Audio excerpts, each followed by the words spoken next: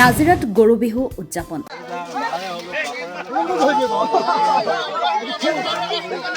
নাজিৰাৰ শিমলুগুৰি বশিষ্ঠ গংগাক্ষেত্ৰ দিখৌনৈত লিকচন গাঁওবাসীৰ গৰু বিহু পালন। আজি চ'ত বহাগৰ দুমাহী।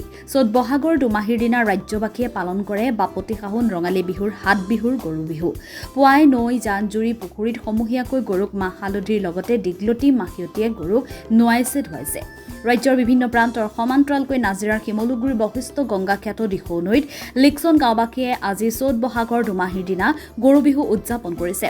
পুৱাই মাহ হালধিৰ লগতে দীঘলতি মাখিয়তীয়ে গৰুক নোৱাইছে ধুৱাইছে। গৰুৰ গাত লাও বেঙেনা কেৰেলা থেকেৰা আদি মাৰি গৰু বিহুৰ পৰম্পৰাগতভাৱে পালন কৰি আহিছে গাঁওবাসীয়ে। আৰু আমি আগন্তুক যিটো আমাৰ ৰঙালী বিহু আমি কাইলৈ পৰা আমি ঘৰে ঘৰে হুঁচৰি গামগৈ।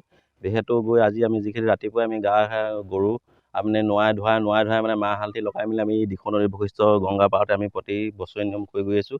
আৰু এইখিনিকে আমি আগন্তুক বছৰতো কৰি গৈছিলোঁ আৰু এইবছৰ আমি কৰি গৈছোঁ। প্ৰতি বছৰতে আমি মিনিমাম আমাৰ আজোককা দিনৰ পৰা কৰি আছোঁ আৰু এইভাগে আমি কৰি গৈছোঁ আৰু নতুন প্ৰজন্ম এটা দেখাইছোঁ। যিটো যান্ত্ৰিক বিজুতিৰ দিন, যিহেতু গৰু হেৰাই গৈছে, খুঁটিও হেৰাই গৈছে প্ৰায়।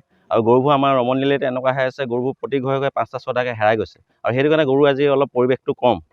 যিহেতু এটা এনেকুৱা চূড়ান্ত কিবা এটা লাগিছে, তেওঁলোকে গৰুটো ৰমণীয়ালিৰ পৰা লৈ পিনি এতিয়া নাগালেণ্ড যিটো ওচৰতে আছে তেওঁলোকে গৰুখিনিও দিছেগৈ। যিহেতু এতিয়া গৰুটো অলপ সেইটো কমি গৈছে। প্ৰতি ঘৰে 5টা 6টাকৈ গৰু প্ৰতিদিনে হেৰাই গৈছে।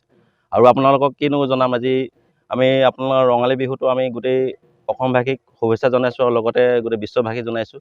আমাৰ ৰঙালী বিহুটো যে গোটেই বিশ্ববাসীলৈ গৈ পিনি আমাৰ চবেই মানে আৰু আমিও মানিম। আৰু ইয়াকে আমি ইয়াৰ পৰা গৈ আমলৈটো পাৰিম, কণী যুঁজ আছে তাক, আৰু আমি বিহুকো কৰিমগৈ, বিহু কৰিম।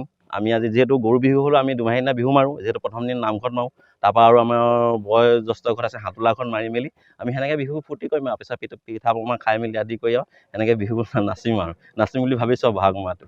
এতিয়া কি হয় কেনেকৈ ধৰণে প্ৰতি বছৰ আজি আজোকোৱা দিনৰ পৰা আমি কৰি আহি আছোঁ। যদি গৰু কমিছোঁ, আজি গৰুবোৰ শতকৰা বহুত কম। মিনিমাম আমি 100-150 গৰু আমি গাঁৱত ধুৱাওঁ। এতিয়া মিনিমাম 15-20টা গৰু হৈছে, যিহেতু চুৰি হৈ গৈছে। দেখিছে আপোনালোকে, আমি কৈ গৈছোঁ আপোনালোকক প্ৰতি ঘৰে গৰু চুৰ হৈ গৈছে। সেই বিষয়ে আমি গৰুটো ইমানকৈ দেখাব পৰা নাছিলোঁ। হ'লেও যিকেইটা আছে সেইকেইটাই গাই ধুৱাইছোঁ। প্ৰতি ঘৰে এটা হ'লেও আনিছোঁ আৰু য'ৰ পৰা আনি মেলি, য'ৰ পৰা নহয় ঘৰৰ গৰু, যিটো আমাৰ 10টা আছিলে এতিয়া এটা আছেগৈ, চুৰে নি শেষ কৰিলে। আৰু সেইভাগেকে নি আমাৰ পৰম্পৰা ৰক্ষা কৰিছোঁ। আৰু প্ৰশাসনক যে ৰমণীয়ালি গৰুখিনি কি হৈছে কি নহয় তেওঁলোকে এটা গাইড দিব লাগে। ক'ত কি গৈছে সেইখিনি অকণমান চাব লাগে। আমি প্ৰশাসনকো কৈছোঁ, আমাৰ শিমলুগুৰি প্ৰশাসন আছে, প্ৰশাসনৰ দায়িত্ব আছে, তেওঁলোকক চাব লাগে, পেট্ৰলিং দিব লাগে। পেট্ৰলিং বোলে গাঁও হেৰি মাজতে নহয়, টাউনৰ মাজতে অকণমান গাঁৱলৈ আহিব লাগে, চাব লাগে যে গৰু চুৰটো ধৰিবলৈ চক্ৰান্তটো কমি যাব।